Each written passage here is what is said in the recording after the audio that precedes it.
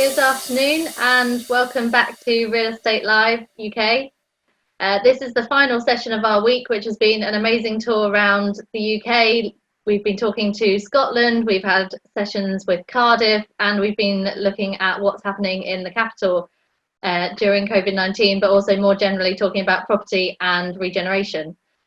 This, our final session, is being brought to you in partnership with Kingston University, and we're going to be looking at designing the future of learning. So a nice inspirational session to finish on, and one that I'm really excited to hear. We are looking for as much audience participation as possible in all of our sessions, and we've been getting it. So hopefully this session, as the last one, will be just as engaged. And we're going to be kickstarting your involvement by launching a quick poll. The poll should be coming up on your screen now, and we've been asking this in every session. We're looking to find the answer to what will be the most important factor in kickstarting development and recovering the strength of UK real estate post-COVID-19. And we'll be collating and sharing those results from all of our panels across the week, next week in our roundup emailers. And we've had over 3,000 people now joining our sessions this week, so hopefully we should get some interesting data back from that. That isn't where your engagement stops, however. During this session, we'd like to ask for as much audience participation as possible. So if you've got questions that you'd like to put to our great panel, then please write them in the Q&A feature. If you want to make any general comments or share your details, then please put that in the chat. But if you've got a question for the panel, if you could ask that in the Q&A, that would be great. And your questions will be being put to the panel by our chair, Peter Murray, who's the Curator-in-Chief of New London Architecture. So that's all from me. I'll be back at the end of the session just to wrap up, but for now I'll hand you over to Peter and our panel. Enjoy. Thank you very much, Bonnie. As Bonnie said, I'm Peter Murray from New London Architecture, and I'd like to welcome you to our panelists, who are Stephen Spear, he's Vice-Chancellor at Kingston University, Carol McBain, Director of Architects Riak and Hall, Lalaji Clay, who is the Director of Education and Talent at London and Partners, Fadia Clark, who's Vice Principal, Training Skills and HE at Croydon College, and Lisa Fermaner, who is Head of the London Plan and Growth Strategies at the GLA.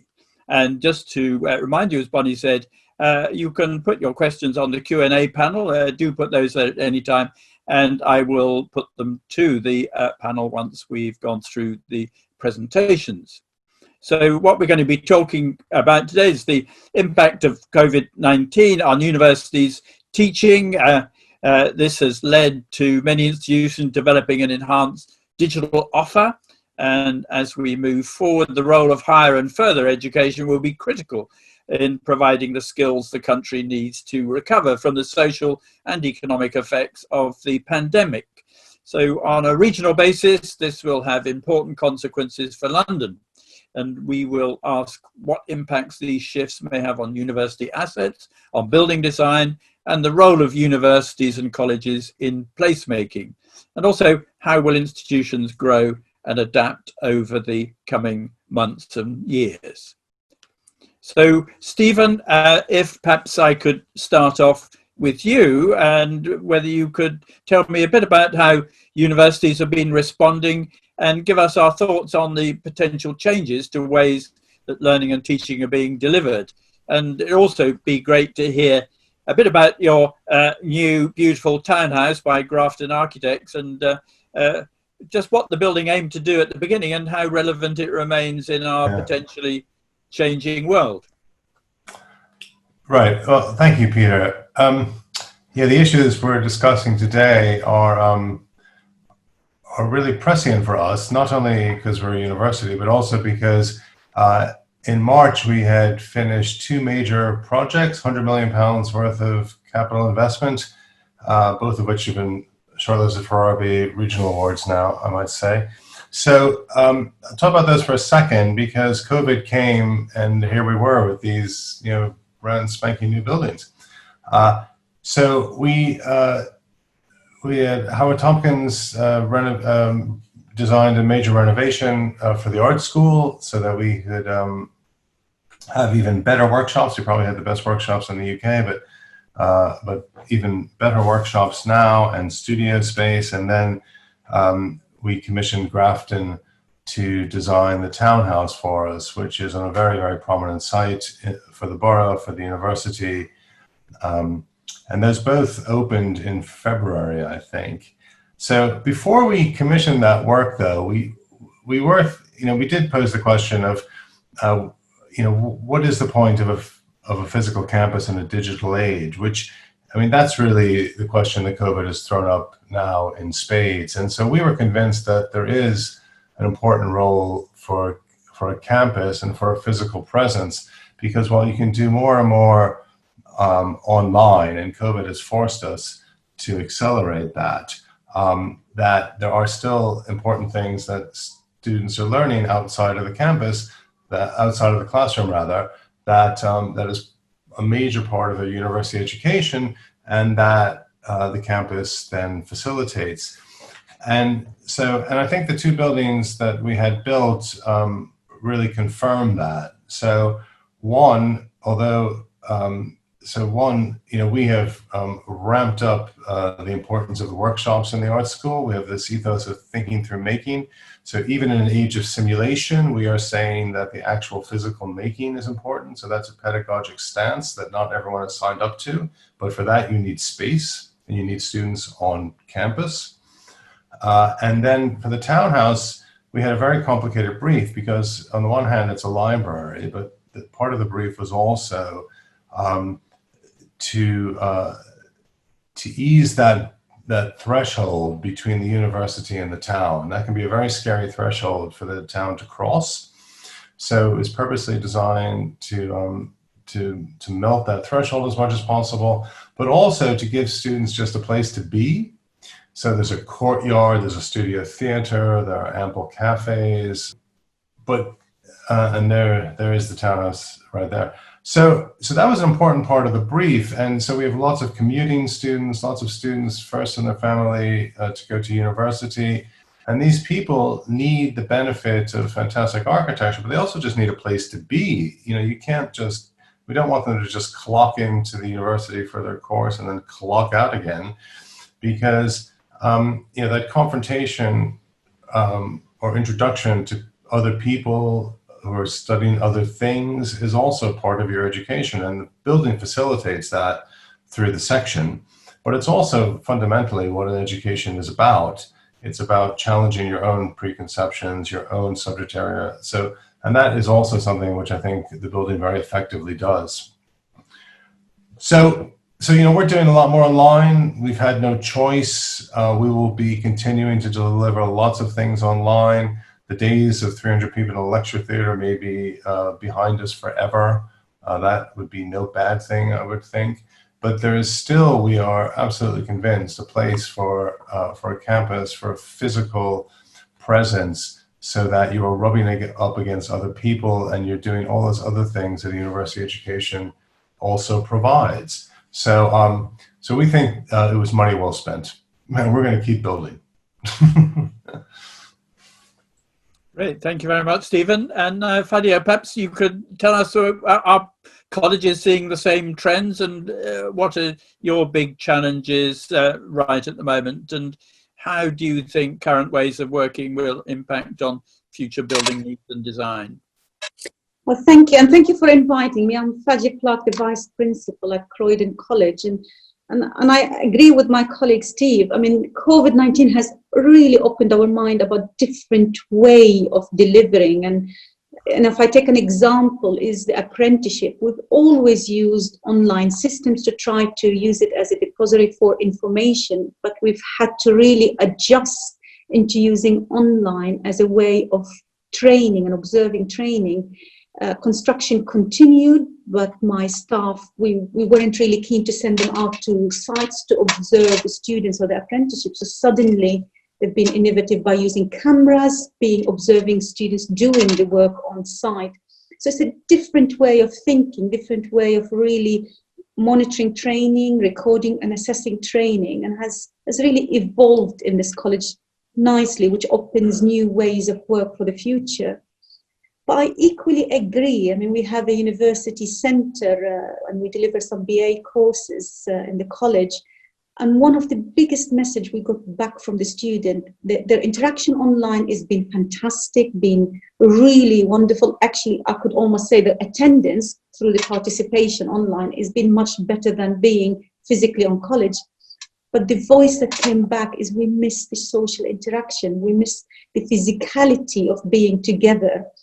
So there is still a room for having that physical site for the students. How that evolves with COVID-19's restrictions in the future should be interesting. Did it make us think differently? I'd say yes. We've already looked at our sort of facility strategy and the planning, and we're really looking at different way of making sure we record the teaching. I mean, universities tend to be ahead of colleges in that system. So we want to make sure come September, students can access, sort of the teaching and the learning while they're at home, especially if they are diagnosed with this, track and trace system. So we want to make sure they stay at home, but yet access the learning. So we're trying to equip all of our classes with the ability to video and record, live recording some of the lessons. And you've got all the GDPR regulations that we have to observe and bear in mind. We're definitely thinking about different way within apprenticeship, using live cameras, using recording on the students themselves to feed back to the assessors. But also as a college, it's quite timely for us. We had a governor meeting yesterday night, and we were talking about we're opening on the 15th. The governors posed the question for us as an exec. Well, does that mean we need the whole building site? We already know that our building is slightly bigger, than what we really need in the normal time. So what's the implication on that? So it's quite an interesting time. It's thought-provoking, which is at one hand is very healthy, but on another hand, I think it's important not to forget about that social interaction with students, social skills. And we deal with students who come from different hardship backgrounds, that we play a good part in nurturing those skills on how to behave in employment, how to behave in a group. And that sometimes is lost through online. That's very interesting. Yes, thank you.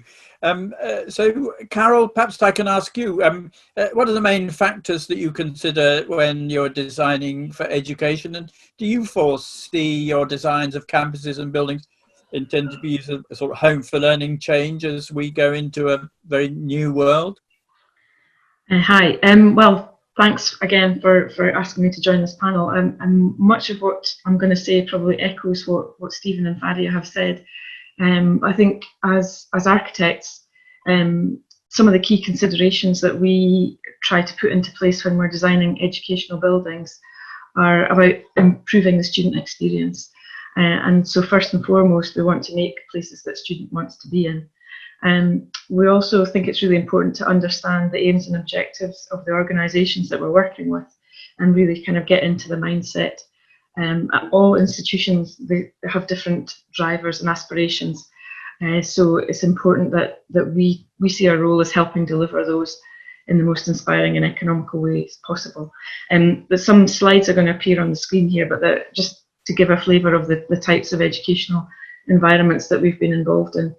We're interested in connectivity and creating communities.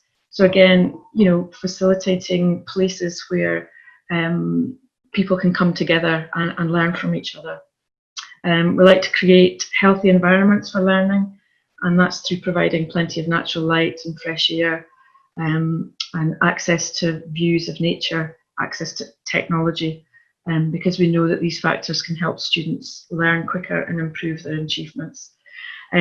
Much of the work we've been involved in recently has been about helping universities and colleges to increase the capacity of their estate, and that's been through refurbishing outdated buildings. And we've enjoyed the process of adding value to estates through reinvigorating outdated facilities. And finally, placemaking.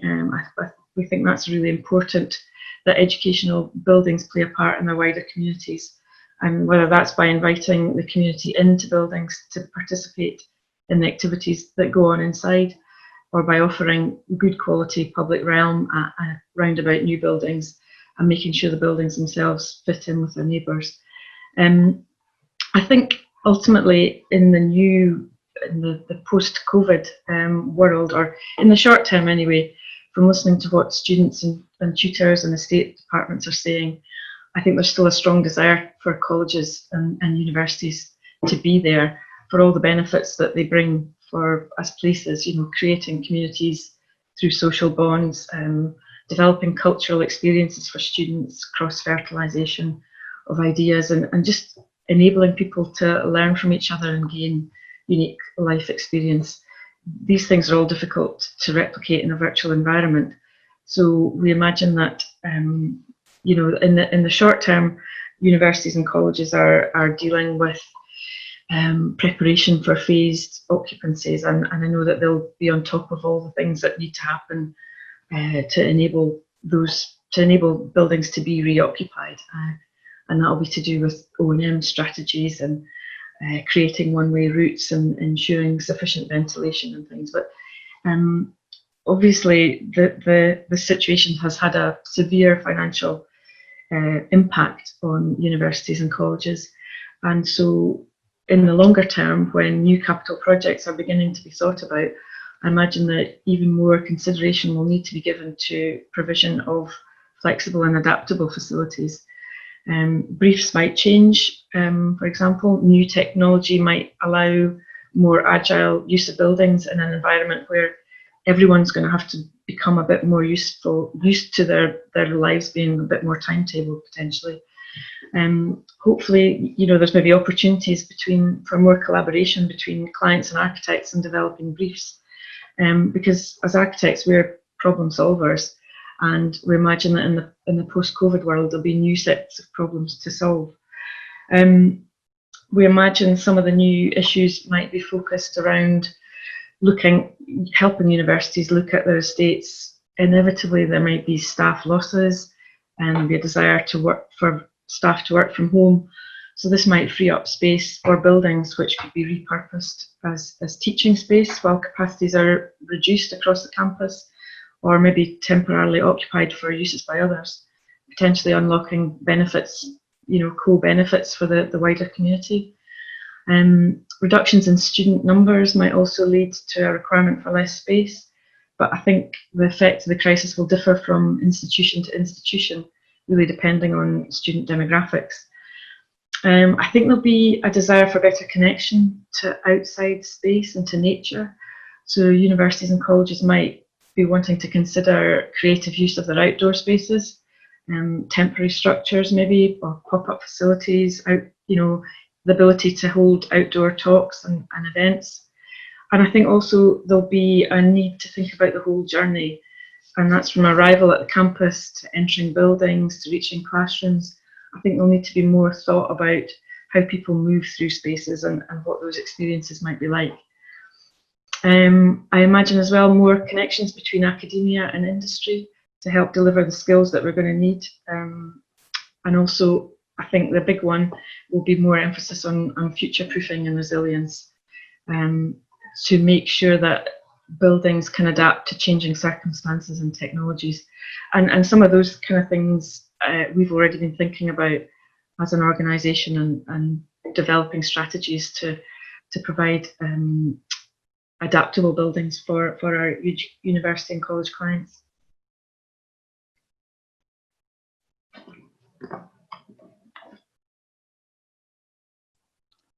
And thank you very much indeed. And now over to Lisa. So this is a big question. So how might COVID-19 affect the London plan? And how do the GLA currently consider education provision in planning with a sort of pan-London perspective? And also then how might a change in the delivery of FE and HE affect London's sort of design and infrastructure? Thanks, Peter. Yeah, I think from our perspective, the London plan is quite future-proof, really, in terms of the immediate response to the pandemic. Things like the climate crisis, the need for quality accommodation and and good place shaping, and properly planning to meet for infrastructure needs and for educational and health needs. Those things don't change, and perversely they actually become even more exacerbated and important going forward. So the structure is already in place. And for the London Plan, we've got policy S3, which really sets out a strategic framework to plan positively for education and to respond for local need. There's a requirement for identification of sites to understand shortages, and for local borough assessments to really make sure that the infrastructure is properly put in place and responded effectively. And again, looking at the loss of educational facilities. But we've been doing a lot of work now moving into kind of looking at a recovery phase from the pandemic. And I think there are going to be future behavioural changes that we need to respond to. And those include things like the role of town centres and high streets, particularly if we see a lot of acceleration and the loss of maybe high street chains, for example. The quality of accommodation, residential accommodation, it's become really clear that for some people, lockdown has been made far more difficult by unsatisfactory living accommodation. People's access to open space has become a key issue. And also movement and transport, and that's critical for further education, is whether our transport infrastructure, how it is ever going to be capable of the kind of movement that we saw before coronavirus. And also, which is critical for further education, is changes in work practices, people working more from home, and emerging business models that are primarily based around home working, particularly working from local town centres rather than moving into other parts of London, central London, rather than this mass commute. And I think all those are going to be quite critical for further education. One of the things that we see is there's obviously social value that many further education institutes focus on, the sort of bridging between town and gown, and widening participation. And also, I think if you're talking more about people working from their local areas, there's clearly a role for educational institutes to be playing in that, and whether or not it's that they've got surplus floor space that can be used for people rather than travelling into a head office in central London. They may choose to work more flexibly locally. And I think we've noticed that even for people who, for example, if you've got a person they're working from their bedroom, they'll want to get out of that bedroom and do their work, and there may be a role for continuing to explore how porous further education institutes can be and providing that space for local people working. Similarly, you may well have people who are attending a further institution. They may be living at home. That home environment may not be satisfactory. They may want to go and work in a local cafe or a local touchdown space in their town centre. Again, that kind of flexibility is something that we've been thinking about. Another thing that's been critical for us is equalities, and there's a huge variation in the experience of space across London and across the wider UK, obviously.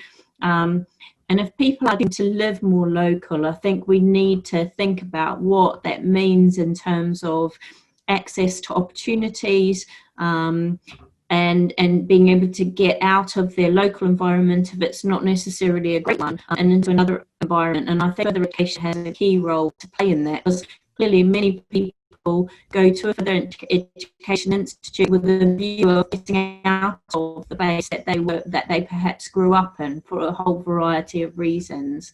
I think just finally on estate management, clearly we've been looking at the reprogramming of build programs. We would be concerned about things like the value engineering out of environmental measures or zero carbon measures, and also the kind of concern around the pipeline of delivery for projects that are already online, and the kind of evaluation of whether or not that capacity is still needed for the future of that further education institute. And I'll just finally say about digital, we're acutely aware at the GLA of the limitations on remote learning that are brought about by poor digital. And I'm not sure whether or not my voice has been coming and going, but when the wind comes up, our digital drops out, and we've all experienced that. And that is a limitation on offsite and online learning. Thanks, Peter. Thank you very much. Now we go to Lalaji, and I'd like to ask you really about how changes to learning might impact on London and Partners agenda, and indeed how you promote London as a whole, and also the importance of FE and HE in London, its role in community development, and the challenges and opportunities of moves towards more remote learning. Thank you, Peter. For those who perhaps are not aware of London and Partners, we are London's international trade, investment and promotional agency. So it's our pleasure and our privilege to promote London around the world. And we do that to a variety of audiences, but my specialism is higher education audiences, because the Mayor recognises how critically important international students are to London. And, you know, if you look at the numbers, they're just extraordinary. We've got more than 50 higher education institutions in London. We've got 4 in the world top 40. We've got 14 in the world's top 500, which is more than any other city in the world. We knock places like Paris and New York and Boston and Beijing into a cocked hat, just the breadth and depth of the provision that we have here in London. There are around 400,000 students in London, of which around 125,000 are international. They come from literally every single country in the world. And they are worth, international students alone are worth £3.4 billion a year to London's economy, and they support 40,000 jobs.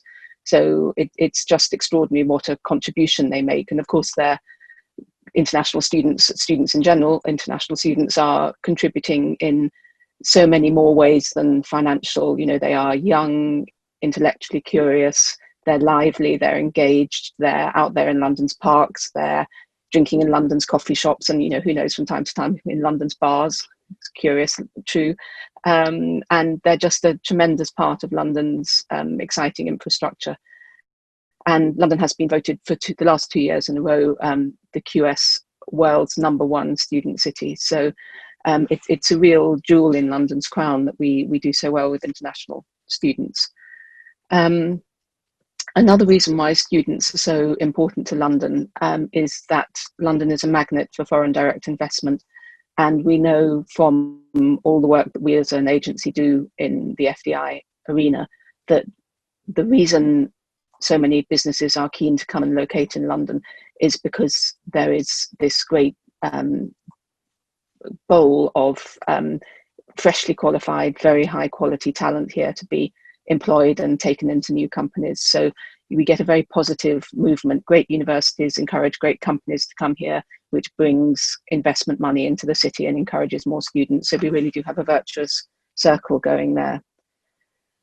So what does COVID-19 mean for all this? Well, you know, it's no surprise that there's a lot of concern here. There was a very pessimistic report from London Economics that talked about 6,000 jobs being lost and an existential threat to several institutions. So there's a lot of fingers being very heavily crossed around London that we can continue to attract international students at the rate we are. And we London and Partners, and every university is out there saying to prospective international students that the London of their dreams is still here for them to come and take part in. It'll be different, but it won't necessarily be worse. And the messaging we're putting out there is all about the incredible quality of a London education, but also the cultural advantages of London and the many opportunities which are available here.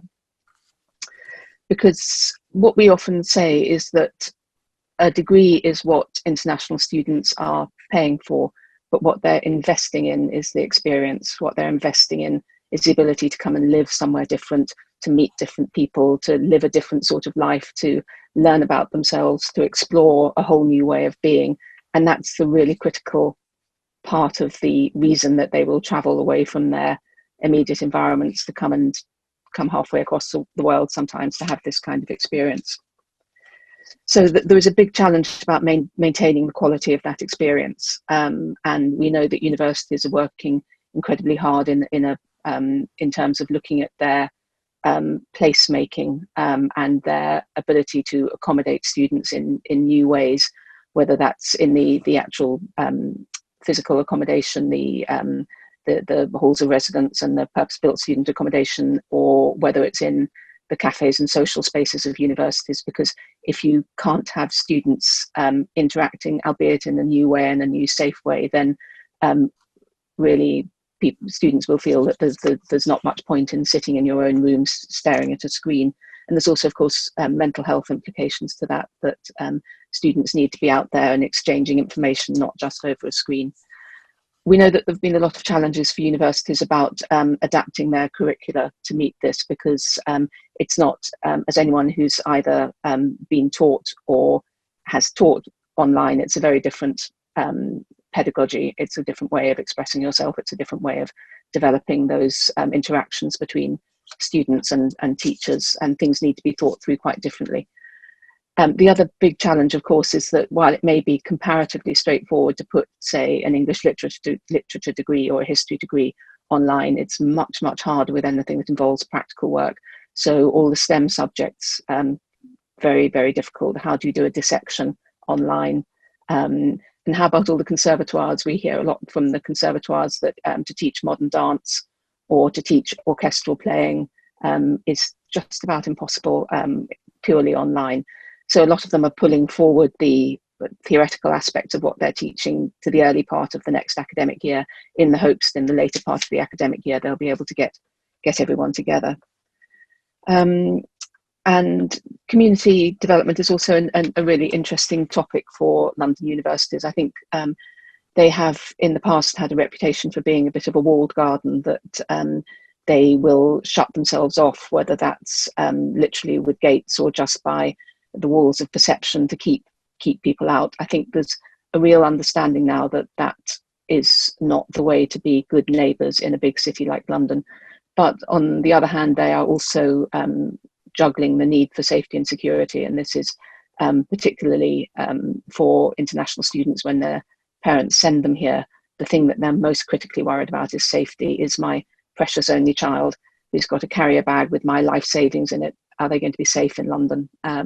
And so to be able to say, yes, your child will be safe because we can lock the doors, we can ensure their accommodation is safe. We want them to be out there experiencing London, but we also want them to be looked after. So there's a lot of interesting pulls and pushes in that area.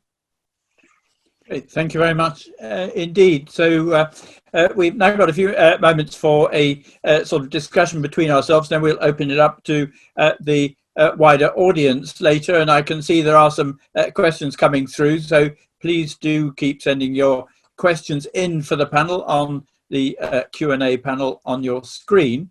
But first of all, I'd like to just talk a bit about how education is going to adapt over the coming months and years. And I thought there were some really interesting points about how we might see that. Stephen talked about the end of the 300-person lecture, and then Fadia talked about issues of how we use the buildings. Carol about flexibility, but also whether people really, I mean, how much people are going to miss that social aspect of university, and indeed, of course, offices as well. And I think it's interesting, if you look at some of the research which has been done to date about whether people want to carry on home working after this, the younger generation seems to have a much higher percentage of people wanting to get back to the office, maybe because their accommodation isn't quite so good, but also because they see where they work as a social part of their social life. And I think that's even more true of universities, and the people who meet in university obviously always incredibly important through your life. So how do we get that right balance, do you think, Stephen, when we come back, particularly when you hear about things of, well, we're going to save on our buildings, we won't need so many buildings, perhaps we can save on costs, and that will be a big pressure too. So are you addressing that at the moment, Stephen, in your thinking? Well, firstly, pick up something Carol and Lisa were alluding to, which is that for some people have to get out of the house. There's spatial poverty. There are people in difficult circumstances personally. People in extended families. It's bad enough. This crisis has really thrown up the issue of outdoor space. People without easy access to private outdoor space are having a very different lockdown experience. But for students, when we opened up the townhouse, there are commuting students who are in there 12 hours a day because being at home is not a very good option. For some people, it's not a safe option. So we can't forget that either. And I think there are other reasons for, as you were alluding, for young people wanting to be in the office. It might be better than being in a bedsit. So that, I don't know, that'll change the kind of spaces that the university has to provide. I think Carol, in quite detailed way went through some of that, but it puts, I think, a greater emphasis on those adaptable spaces which students can inhabit as they see fit, that you give them a place to touch down and to be. So that, I think, that becomes ever more important. And then, of course, in certain areas, performing arts, art and design, and lab-based provision, you still need the physical space. So I don't know how much less space we're going to need, quite frankly. I think we might need different kinds of spaces. Certainly staff will be working more from home, but they will also need to be on campus at some point.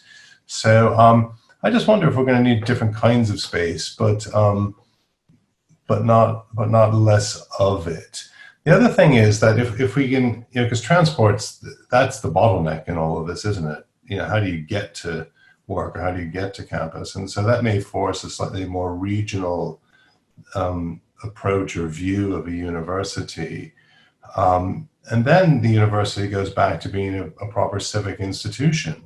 So at the townhouse, that was part of our driver. We have been part of an urban design project with the local BID, with the Royal Borough of Kingston. The three of us clubbed together. We got some money from the GLA, and we've been thinking about how can we keep Kingston as a vibrant shopping area, which it has been since the Middle Ages.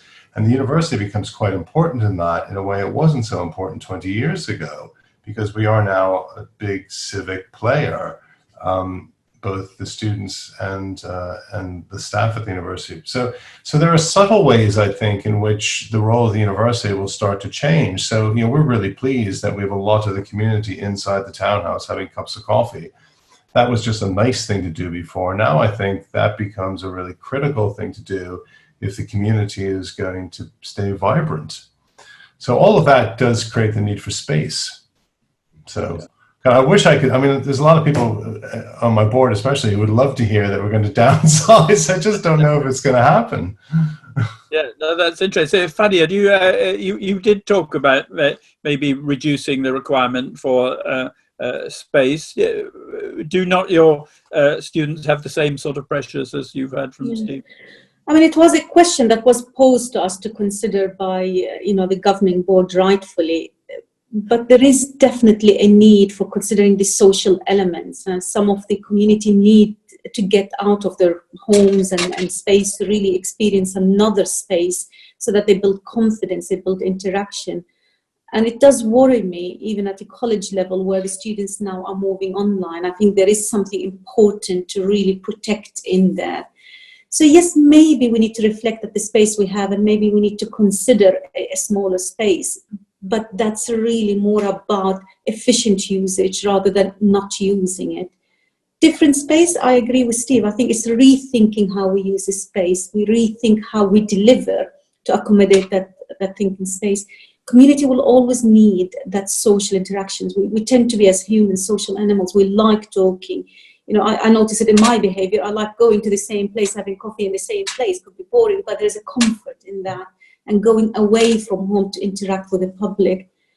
Definitely in the lower level students we have, of all ages, we engage adults and youngsters in lower level skills development. They are more into let me see it rather than tell me how to do it. and that can be difficult with online learning.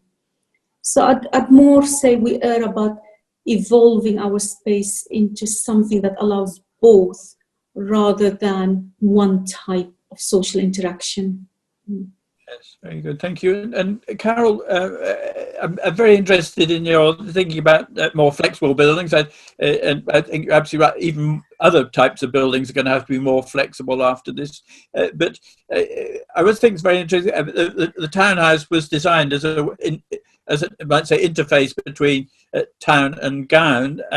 Do you see, might say, the edges of universities breaking down as we look at more flexible use of buildings and greater interaction between communities and academic institutions? Yeah, I think, ultimately universities and colleges are going to be perhaps even more important in their environments as places for people to come together. And I think Stephen talked about thresholds, and I think about maybe barrier or universities and colleges being seen as difficult places to enter for those folks who don't use them on a day-to-day basis. And I think there can certainly be buildings like the townhouse that act as a threshold, that invite people in just to find out a bit more about what goes on inside, and also to just as a sort of sharing of facilities, so that maybe sports departments or workshops or when could be used by a community out of curriculum, out of timetabled time. So I think that there might be much more of an opportunity to sort of blend community and university life. Thank you very much. Well, we should now, I think, move to the Q&A panel, because we've got one here which I think is very much Lalaji could respond to, and we have one of our attendees who's asking or saying that I'm concerned there is a big exodus of international students because of the perception that GB is behind in reacting to the COVID crisis, and therefore they may not return. I mean, how are you, I know you're a mayoral organisation rather than a government organisation, but how do you deal with this? This must be an issue in terms of perceptions of London overseas. Yeah, absolutely. And we are monitoring this very carefully. We look at what's going on in the press. We look at research that's happening. We carry out some of our own research into student sentiment. There are some issues with the way the UK's reaction to COVID is seen as a whole, and there are also some about how London is perceived, and they are often quite different things, actually. But you also have to remember that this isn't something which is a UK or London problem. This is a worldwide problem. So people are also looking at how the US is managing this, how Australia and New Zealand are managing this, because and the question is absolutely right that international education is highly, highly competitive, and prospective students are looking at a number of possible places where they might go and have their higher education experience. So yes, we do monitor it very carefully. I don't think it's a secret that every city around the world that welcomes a lot of international students is watching this very carefully. The other thing that you have to think about is that the competitive set for study includes things like travelling or working or going to a local university. And a lot of those things are actually just not possible. That in some parts of the world there are not enough domestic university places, so you have to travel. So it's a matter of choosing where you want to travel to. And if you thought that you were going to take a year out and spend next year traveling or next year doing an internship, well, good luck with that. I hope that works out. Yes, these things are important. Yes, we are doing our very best to promote London and the UK as all the things they are, fantastic places to come and have a higher education experiences, and safe and welcoming as well. And other cities around the world are doing the same. Thank you. And now we have a question about the London plan, and this is for Lisa. And Lisa, I just wondered, because you're absolutely quite right, your voice was breaking up a little bit towards the end of your contribution. Would it be a good idea if you switched off, well, just for answering, you switched off your camera, because I think that might just help your bandwidth a little bit. And this question is, with respect to the London plan, how will it accommodate the need for the necessary changes to the public realm to accommodate a post-pandemic environment, or future-proofing the city, and to accommodate future similar events? So Lisa, how do you respond to that? I mean, I think the London plan is sort of pinned on the Healthy Streets agenda that's set out in the Mayor's transport strategy, and that provides a brilliant baseline for applying the principles that streets are places and spaces. They're not primarily there for cars to move up and down, and they have to start fulfilling much different functions in our society. I think the change really is that the public's appetite to fill those different functions and be used in different ways, and not just be filled up with vehicles, has probably shifted markedly during this crisis.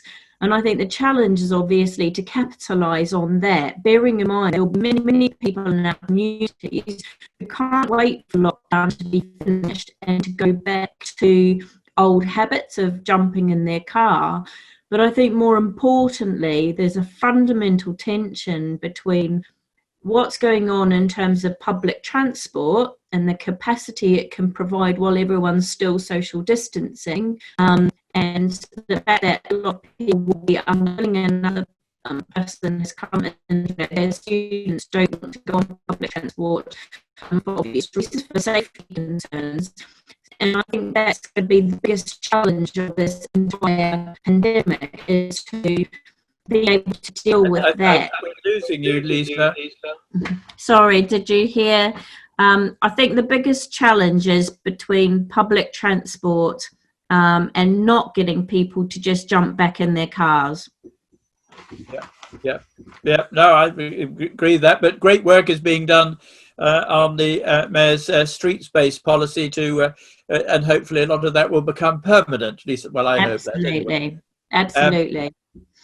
Good. So now we have an interesting question here, which I think most of you might be able to put an answer to.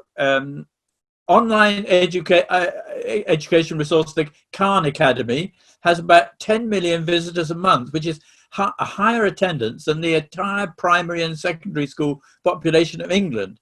So this must be a future challenge to the traditional education process. And also, it might also suggest that to survive, education establishments need to adapt and change their logistics, and not necessarily gauge success on the business value attached to attracting overseas students and their investment value. So I guess my question added to that, are we seeing perhaps a more radical change in the way that we link universities to students than we've been discussing today, where maybe some normality might be expected in the not too distant future? So Fadia, perhaps I could start with you on that one. Do you see a real big change in this in the way described in the question? I would definitely say there seems to be a more interest of online learning. We are getting, sort of external demands as a college. There is no question we're a traditional college with traditional ways of teaching, and we are rethinking how we need to evolve to the future. So to respond to the Khan Academy, the basic labour market intelligence that I'm gathering around where my college is and what the future for my college, there is a more expectation now with actually online learning. I think not only because of COVID-19, because there's an awakening that you can achieve what you want to achieve through online. It doesn't all have to be face-to-face, and that's evolving in us, whether it's at ways at work or as ways of learning. So possibly he will have more than 10 million in the near future, but that's for his business. On measuring how the business works, and that should be an interesting aspect to look at. It depends on what the customers want.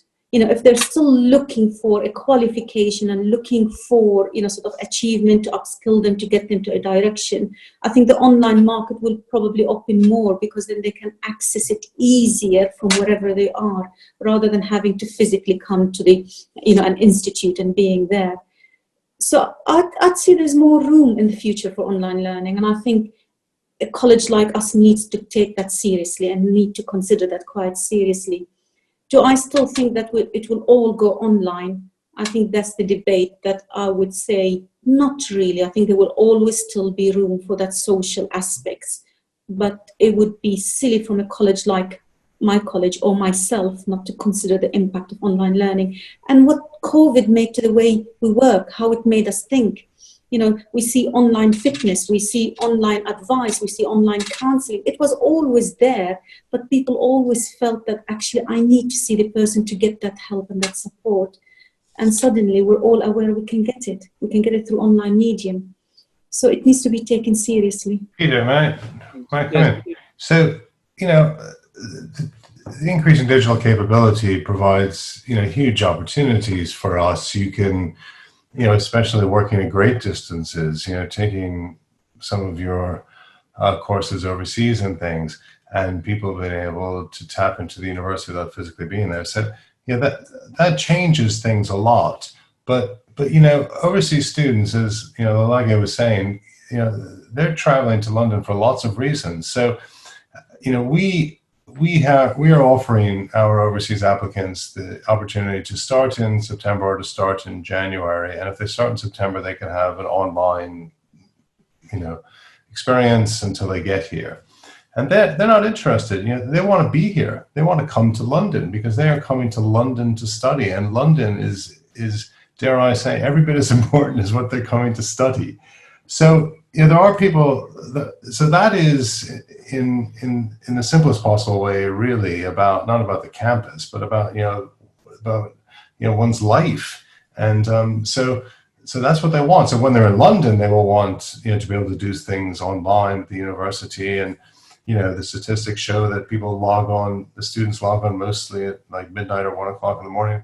But, you know, but they also want to be here for other reasons. And that's one of the great attractions of coming to London to study. It's not just what you're studying, of course. So that's just a kind of extreme example of what I was talking about the importance of the campus. In this case, London is the campus. So, Lalaji, then your job becomes even more important in terms of spreading the word about London's culture and lifestyle here. Yeah, I think so. I mean, one thing that's worth saying, I think, is that if you look worldwide, the appetite for tertiary education is just enormous. There are great tracts of the world where only tiny proportions of the population can access tertiary education. So I think, you know, there is something very exciting about what's going on at the moment in terms of widening participation and enabling more people around the world to access good, top quality tertiary education online. So I think we can feel very excited about that. And London universities are already very good at offering transnational education, which is, you know, a London degree, but offered in collaboration with a local provider. And so I think we can expect to see much more of that, which I think is nothing but a good thing and nothing but exciting. But having said that, there will always be a market, as Stephen and Fadia are saying, for the full-on face-to-face experience. We might see more of a blend, you know, with people. This already happens to some extent, but I think we may see it going where people will spend 2 years in their home country and then come to London for their final year, something like that. So they get a blend of experiences. But I think, you know, in 5 years' time, we may look back on this and say this was an opportunity for us to push our offer out in a different way to a much wider audience. Yeah. So, Carol, perhaps I could move to you and add on to that discussion. We're having a question we have here from, as a member of public, how do we apply for access to use university campus facilities?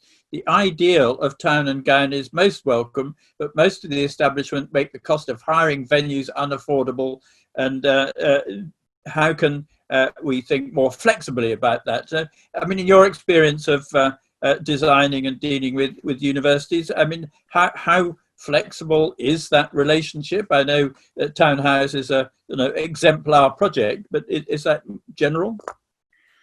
I think there's certainly the projects that we've been involved in, there's probably been a difference between FE colleges wanting to embrace the local community and universities maybe being slightly more guarded about that. Certainly our projects for City of Glasgow College had big social spaces at the heart of the buildings and public routes through the buildings themselves. And so we kind of, those spaces were enabled for the college to run events that they had planned, but also other things happened that they hadn't planned upon. So I think it's about maybe creating spaces that have an ability to host lots of different events, and about it's where the lines of security appear in the buildings. I suppose it's, maybe they're moved back to allow more public access for certain events and less public access for other occasions. Thank you very much. Well, we're getting close to time, so I think should draw things to a close. One of the things with Zoom is that everybody has another Zoom meeting to go to 5 minutes later, so one has to sort of stick to time a little bit more than one does when you have that buffer of a journey between meetings, which I must say, that's almost the thing I miss most at the moment, is having that gap between meetings and events. But we had a really, I think, very interesting discussion from our panel about this shift from physical to virtual, and I think the sort of changing nature of the way education operates, and no more 300 person lectures. I think is a really interesting vision of what university might be like in the future, the sharing of spaces.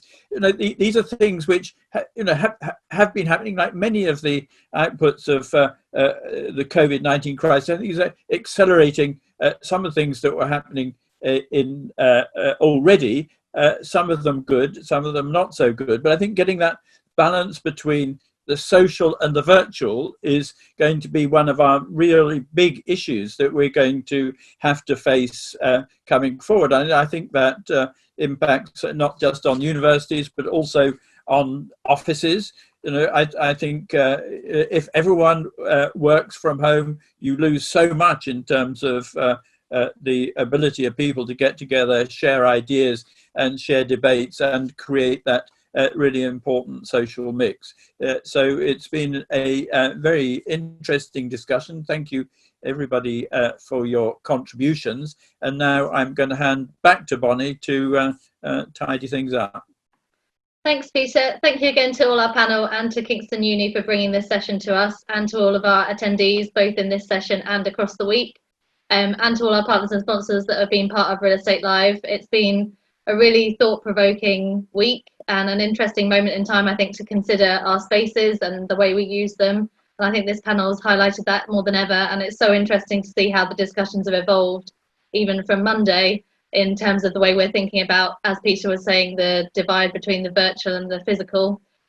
We've seen a lot of themes about flexibility and adaptability coming out in terms of our buildings. And we're hoping that this panel and this week of sessions has given people an opportunity to hear about some potentially new topics or places that they hadn't potentially considered before. So it's been a really great opportunity, and thank you all for joining us. We're hoping that we're going to keep the conversation going, so you can watch back all of our sessions on the website and on our YouTube feed, and we'd love to hear any feedback about how you found them. And we are probably going to be running this event again, so we're looking to bring Real Estate Live UK back from the 5th to the 9th of October. Who knows whether that might be some sort of means between virtual and physical, but we will be back in October, so watch this space, and hopefully we'll speak to you again in the meantime. Thank you all for joining.